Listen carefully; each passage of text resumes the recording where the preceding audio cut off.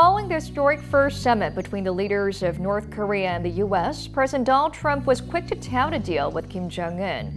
But many analysts agreed that the Singapore summit last June yielded little to no progress on denuclearization, and that's why it's important that the upcoming meeting in Hanoi produces concrete results. Then what are the possible scenarios for what could happen at the next Kim-Trump summit?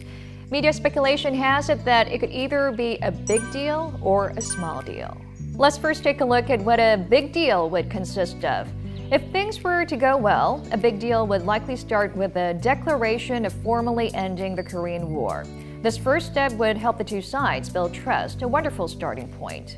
And then the very last step would entail economic sanctions relief, something the North wants the most. U.S. Secretary of State Mike Pompeo last week told CBS News that it is Washington's full intention of getting a good outcome in exchange for relieving sanctions against the North.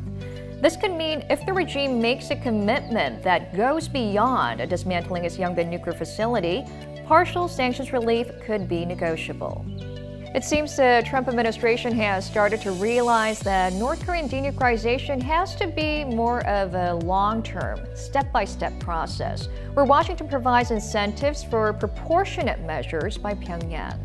A clear shift from what the U.S. has been demanding until now, denuclearization first and then rewards. So a big deal in that context would outline the overall denuclearization roadmap.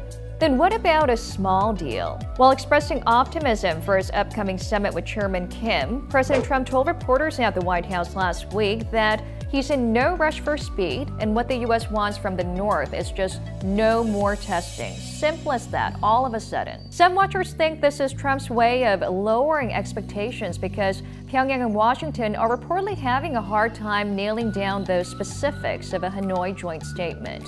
This is where the possibility of a small deal emerges. Many are questioning whether Trump is really serious about pushing ahead with the original U.S. goal of final, fully verified denuclearization. Vipin Narang, a North Korea expert and a political science professor at MIT, even tweeted that it's clear that President Trump doesn't care North Korea isn't disarming. Already facing fierce backlash from Democrats over his controversial plan of building a border wall, it could be that Trump is trying to prevent people from getting their hopes too high and thus minimize criticism in the aftermath of a not-too-successful summit. Avoiding a question asked by a reporter on what kind of specific progress have been made on denuclearization after the Singapore summit, it's quite telling to see how Trump instead pointed a finger at former President Barack Obama, claiming he was the one close to starting a big war with North Korea.